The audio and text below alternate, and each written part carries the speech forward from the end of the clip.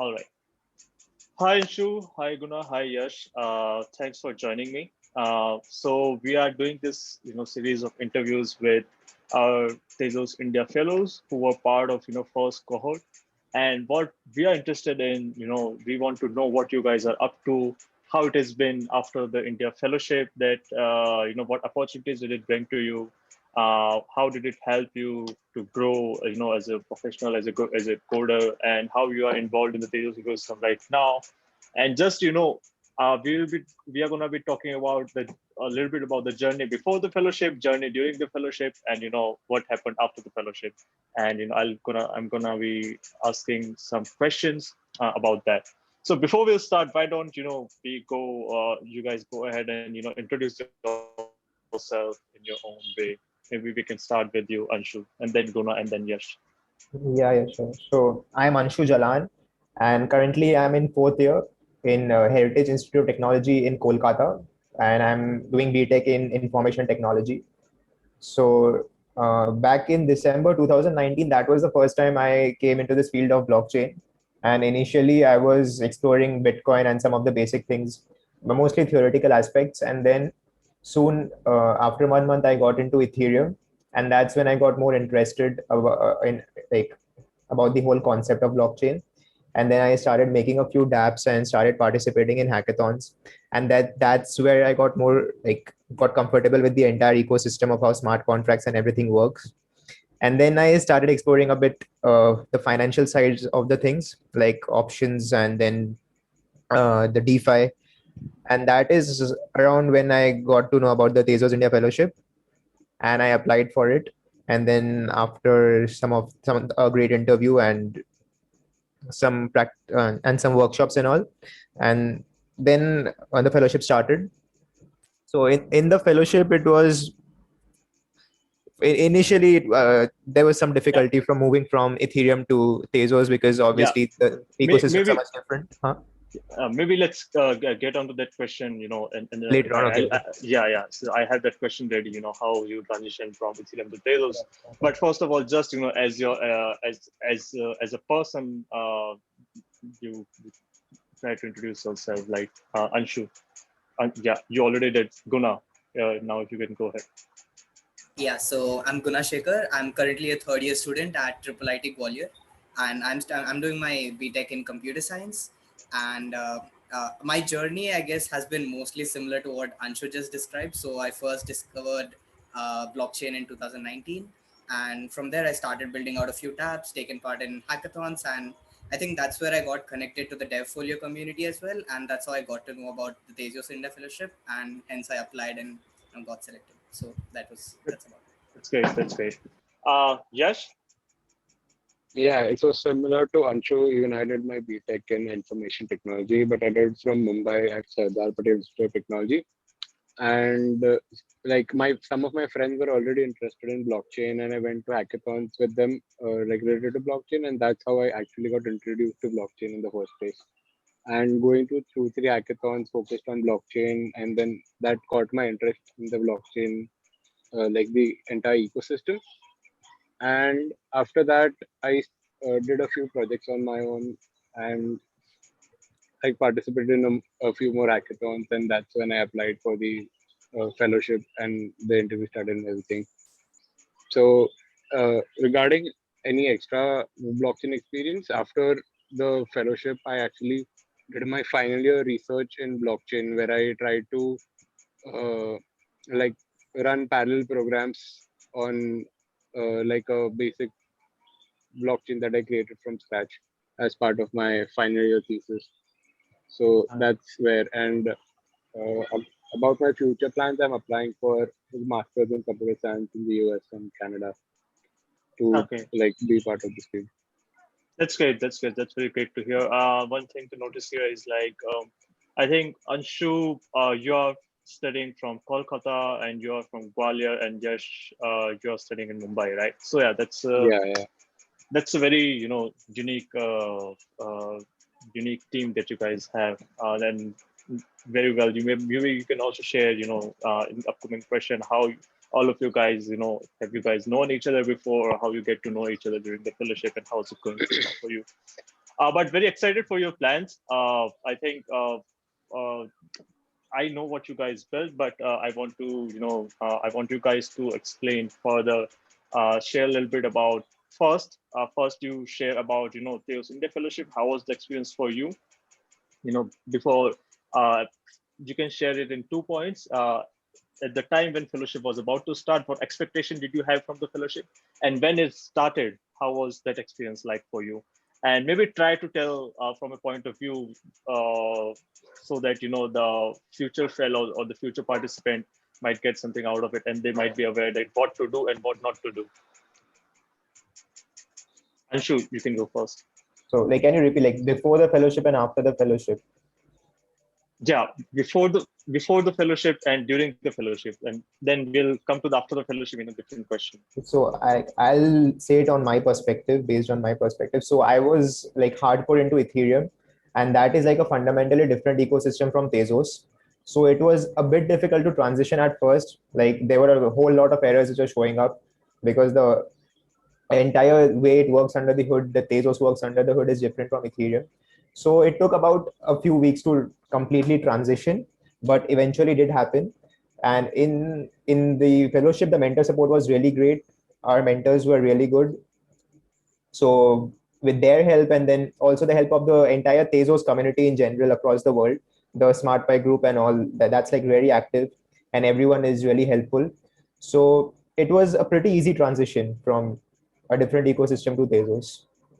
And as far as after the fellowship is concerned, uh, well, now we got pretty comfortable with both environments, and now we can choose what to use when. So we know, like, if this particular DeFi application is better on Ethereum, then we can use it there. If Tezos is better, we can use it there. So we now have more choices for us. This was a very important thing which we got to know. Let's see. Guna? So for me, before the fellowship, I only had like a few months of experience with blockchain. So initially, to be honest, I was a bit scared about how I'm going to do in the fellowship. But then, as Anshu said, we had amazing mentors, and even not just mentors, we had amazing other fellows as well.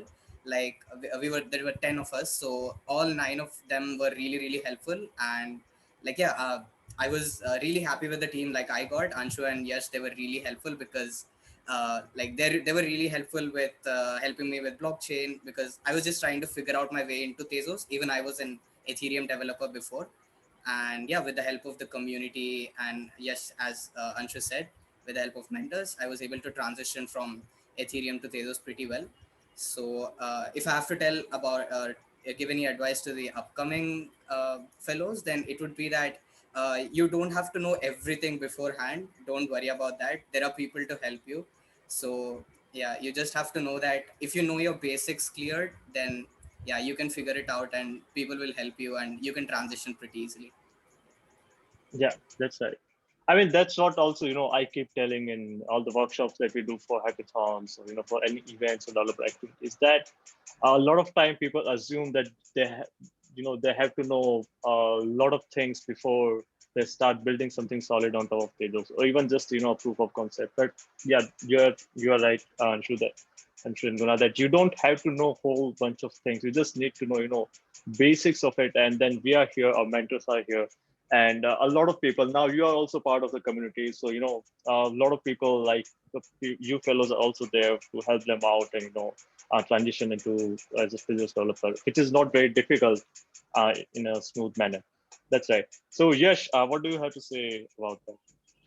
Yeah, sure. So similar to Guna, my journey was at the start was even like I was very scared, as it was a very very steep learning curve at least for the first 2 3 weeks. It was a very steep learning curve, and like I was struggling to figure out and understand everything. And also I think I joined a little late than the other ones, so I felt like I was lacking behind. But then after everyone's help, after your help, after all the other mentors and like fellows help, I was able to like understand everything and like feel at par with everyone. So the initial few weeks were very hard, but it was definitely worth it. And the journey ahead was like, once that learning curve was passed, the journey ahead was like pretty smooth. and not just naturally, but that smooth journey was uh,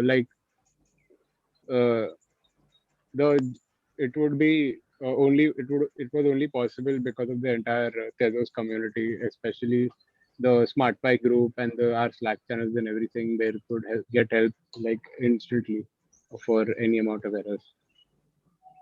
Right. That's great, guys. Good to know. But if you were to go into more, a little bit of detail, how did you transition from, let's say, Ethereum to Tezos, or as a non-blockchain guy to a blockchain guy specifically on Tezos? How was the learning curve for you like? I'll start. Sure. So like it for me, since I already knew about the basics of smart contracts and how they work, so that is almost the same, like the working part on Ethereum and Tezos. So that didn't require a lot of work. The most work was in the entire programming language, because Smart Pi is, since we were using Smart Pi, that is much different from even normal programming. It uses meta programming. So getting comfortable with the syntax was the most difficult part initially. So it took about a couple of weeks to first get comfortable with the syntax, and after that everything was pretty quick, because once you get hold of the syntax, then you just have to know the different concepts, and you can just look over the documentation, and then you can get the chunks of code there. So it's not very difficult after you get a hold of the syntax on Tezos. That's what I feel. All right. Guna? Yeah, the smart contract part, I'll agree with Anshu. Along with that, like we also have a similar set of tools. Like if you're an Ethereum developer, there is a parallel to everything in Tezos. Like if you have Web3.js, then you have Conceal.js. If you have MetaMask, you have the Thanos wallet. So it's pretty easy to transition from Ethereum to Tezos. It's just that, as I said, if you know your basics, and as Anshu said, it's only about getting the syntaxes right, and once you figure out the syntax, then the transition is pretty easy. Yeah. For Good. not, but I want to add something, like for those who aren't into blockchain, I believe it will be tough for them to get along with Tezos, like right into Tezos, because like Ethereum has been marketed for the past 10 years. So there are a lot of people who make videos and all, and Tezos is still in the initial infancy. So videos are still coming up on YouTube, and some of the courses are still coming up. So because of that, I think if someone is completely new to blockchain, then Tezos will be quite a hard thing to grasp initially. Yeah. And yeah, and for that, we are also very much dedicated for those people who wants to understand Tezos, but or even as a blockchain person, that's what our approach is when we do workshops or anything like that. We first explain what is a blockchain, and then we explain them what is Tezos, so that the journey can become easier. And at times we have seen examples where where people uh, have tried to learn blockchain first, what is blockchain, and without knowing even what is Ethereum, they were able to build good applications on top of Ethereum. So that is also very exciting. But yeah, it's a bit difficult than having a prior knowledge of blockchain. But if anybody is willing to do that and take those extra efforts, as I said before, there are people, there are mentors, there is team, we are there to help you guys learn whatever you want. Right, Yash, do you wanna say something? Right. So I don't really have anything to add on. I would just completely agree with Anshu and Guna when they talk about Smart Pi and Conceal.js and Taquito. As to it's just that initial grasp that you have to get, and once that's done, everything like it's smooth sailing from there. All right, The cool. the most difficult part is the starting part, and once you cover that, you're good to go.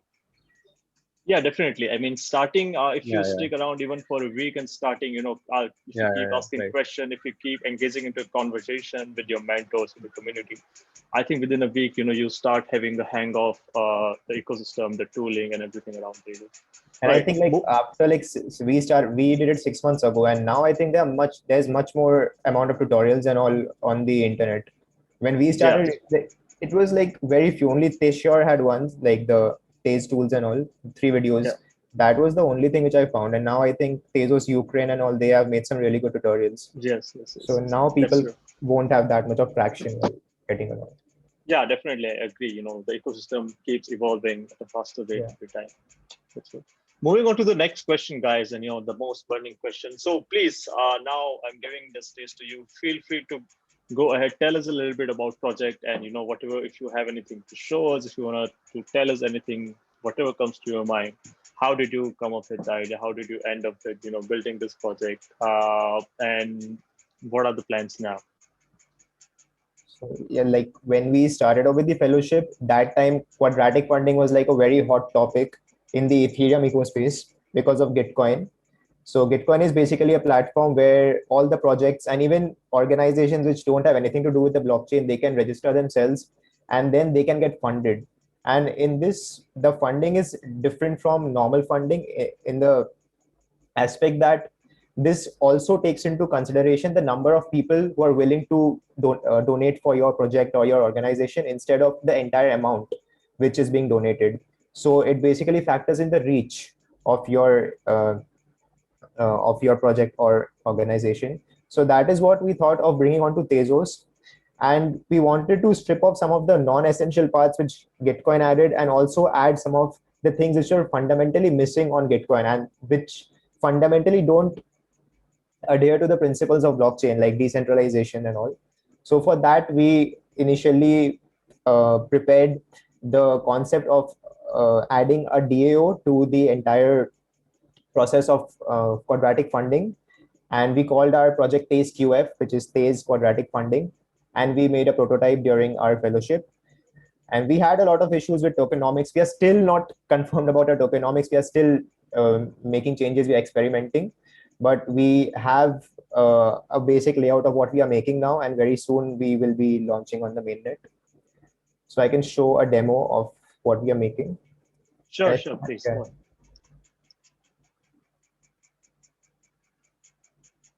Okay. Is it visible? Yeah, I can see it. I think, yeah. So this is basically our governance page. So we have two sections. We have a governance section and we have a project section. So governance section is all about the DAO functionalities, which will control everything which is related to the executive decisions which are made. Suppose if a project is not adhering to the principles or to the rules of our organization, and by the way, we are calling it kickflow now. It's no longer TezQF. So all the projects or organizations which are not adhering to our rules, then they can be disqualified from the entire process of funding. So that is completely controlled by a separate DAO which we have made. So this is what it looks like right now. So these are the proposals. It's very similar to the MakerDAO protocol on Ethereum, but then MakerDAO is for a stable coin, but we are doing it for a different purpose. So another thing that we have added to Kickflow as compared to Gitcoin or TezQF is milestone-based payments. Yeah. So if the amount is very large, if your match amount is very large, you technically shouldn't get all of it at the spot, because if you don't complete the project, or if you're giving the entire amount at the end, then there's the lack of funding throughout the development process. So you can create milestones and get that certain amount of percentage of your actual match as in when you complete your project, like as described by the milestones. So this was also one of the main reasons why our name is Kickflow now. So from Kickstarter, we are taking Kick, like a similar, you're giving a kickstart to a project, and flow is basically flow-based funding, like milestone-based funding. Your payments will be flowed whenever your project milestone has been completed. Oh, I see. That's a good name. It has a kick to it. I would agree. Right. Kickflow. Nice, very nice, guys. It's looking good. And yeah, I think I'm really excited to see this working on the testnet or on a mainnet very soon. So when can we see this going live? If you have do you have anything or any tentative things? 2-3 months, 4 months, anything like that? Much before 2 months, I think, because I haven't updated my friends now, but the governance page is almost done from my side. I mean the proposals and all. So we'll have a running governance page within 2 to 3 days, and then we just have to integrate the main thing, which is the projects page. So that will take some time. That might take somewhere like 3/4 of a month. So I think by April we'll have something tangible. Okay, that's great. That's great, guys. This is really cool seeing all this new kind of projects coming up with Tezos, which were just under the box for last couple of months, and now all these are launching on the mainnet. So it's going to be quite exciting to see this project out here as well. Yeah. Anything else you want to add to it, Guna, Yash? Yeah, I want to add one thing. The most important, like one of the most important factors why I loved this fellowship was I felt like I was at the core of blockchain development. Like there were mentors that were actually at the top of like leading the global blockchain development in the Tezos ecosystem and getting help from there and getting help from people that created the SmartPy language and like uh, upgrade the entire ecosystem themselves directly is a very beneficial factor and an experience that like uh, practically speaking is very hard to get in any other ecosystems. Yeah. I can understand what you are saying, Yash, and that's a very good point.